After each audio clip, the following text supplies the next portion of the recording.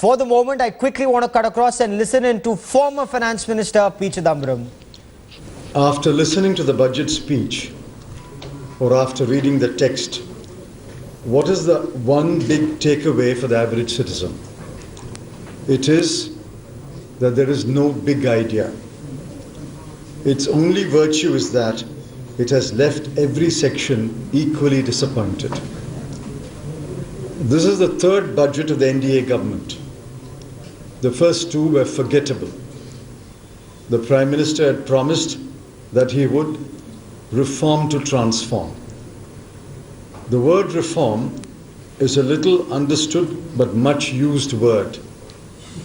Reform means reform of factor markets or product markets. There is little evidence of such reform in the budget. So the NDA has followed its own brand of budget making, which is just housekeeping and accounting. Thanks to the crash in oil prices, that required hardly any effort. The government boasts that it earned more tax revenues than it had budgeted at the beginning of the year. Did they collect more corporation tax? No. Did they collect more income tax? No. What they collected more was excise duties. It is a whopping increase of rupees 54,334 crore. That amount was due to the numerous times the government increased excise duties on petrol and diesel after the budget was presented last year. I had predicted that the government will comfortably achieve the target of fiscal deficit in the current year. It has, and I'm happy. I'm also happy that the government has spurned the advice of the Chief Economic Advisor and stuck to its own fiscal consolidation path for 2016-17. I take it as a vindication of the UPA government's policy declared after adopting the Vijay Kelkar Committee's report on fiscal consolidation. In the last 2 years, the government had turned its back on rural India, the agriculture sector, and the social sector programs. I would like to test the commitment of the government as they appear from the budget and revised estimates for 2015-16 under a few major heads. Major head, budget estimates and revised estimates. General education, the budget estimate was 19,885 crore. They will spend only 18,824 crore. Medical and public health, budget estimate was 10,852 crore. They will spend a little less, 10,682 crore. Housing, the budget estimate is 1,404 crore. They will spend nearly 1/4 less, 1,110 crore. Social security and welfare, the budget estimate was 6,387 crore, but they will spend only about half of it, 3,504 crore. Major and medium irrigation, the estimate was 572 crore. They will spend only 481 crore. Minor irrigation, the estimate was 306 crore. They will spend only 254 crore. I may, however, note that the expenditure budgets have been achieved or exceeded under heads such as water supply and sanitation, very marginally under the head welfare of SC, ST, OBC and minorities, and relief on account of natural calamities. 3 areas were crying for attention: the rural economy, private investments, and exports. How has the government addressed the problems in these 3 areas? On agriculture, I am happy that the UPA schemes are being continued, but the crucial signal is price.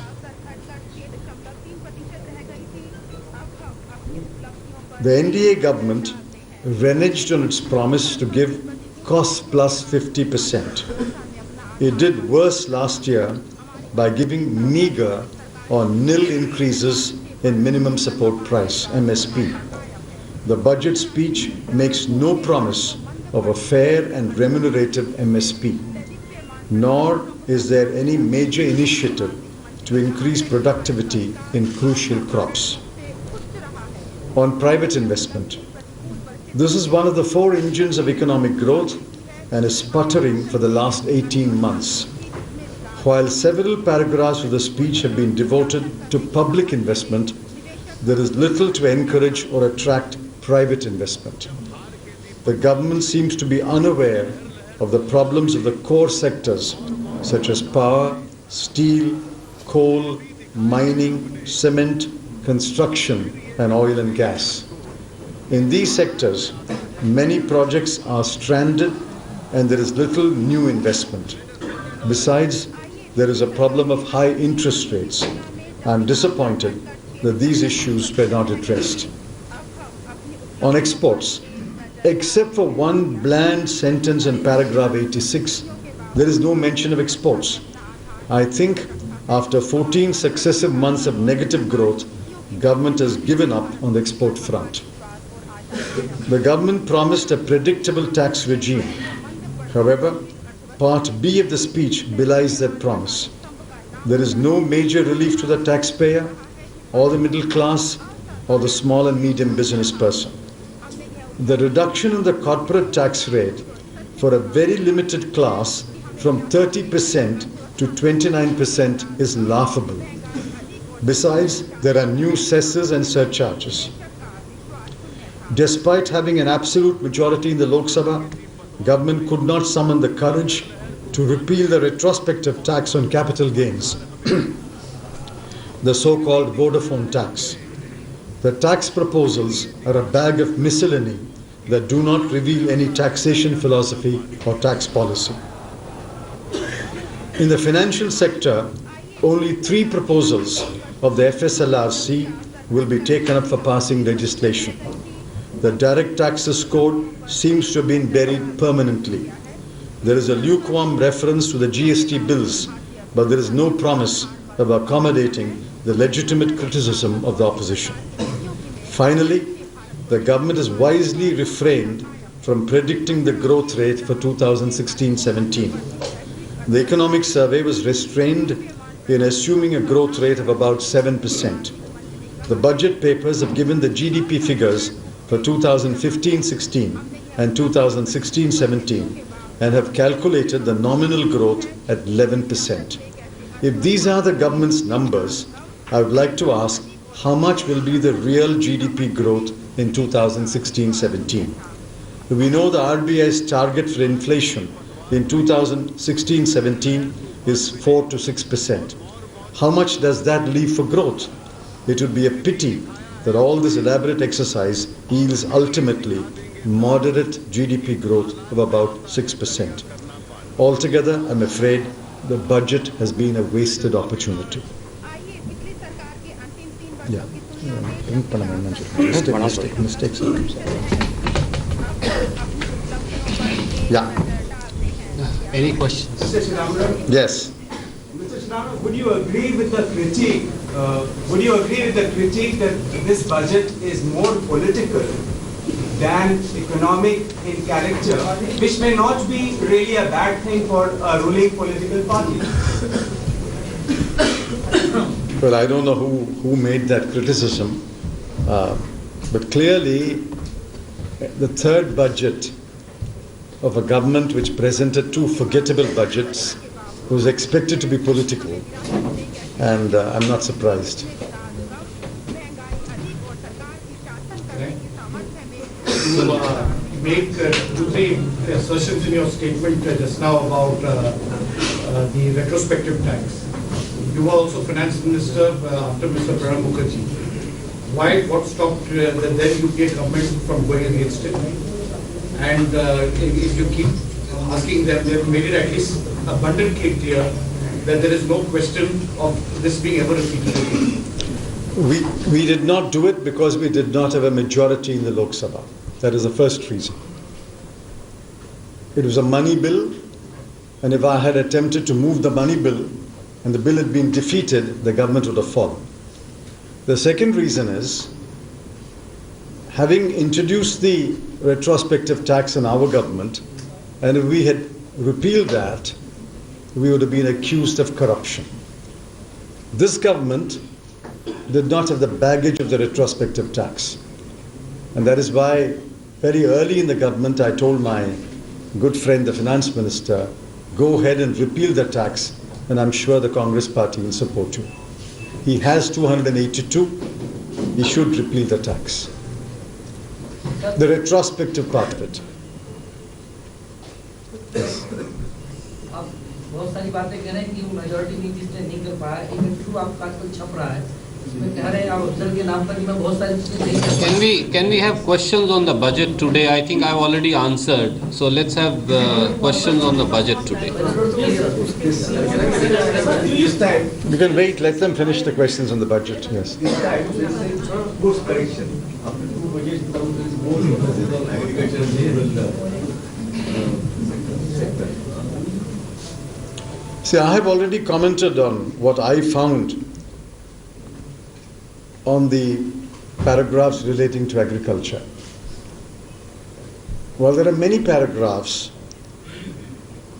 the crucial signal in agriculture is price. Last year, I think the farmers were cheated. In many cases, there was a very paltry increase in MSP. In some cases, there was zero increase in MSP. So I would have expected that the price signal is given clearly to the farmers. Everything else can be said, these are long gestation programs like irrigation and soil testing and all. But immediately it is the price signal that will enthuse the farmer. One of the reasons for acute distress in rural India is that farmers are not getting fair and remunerative prices for their produce.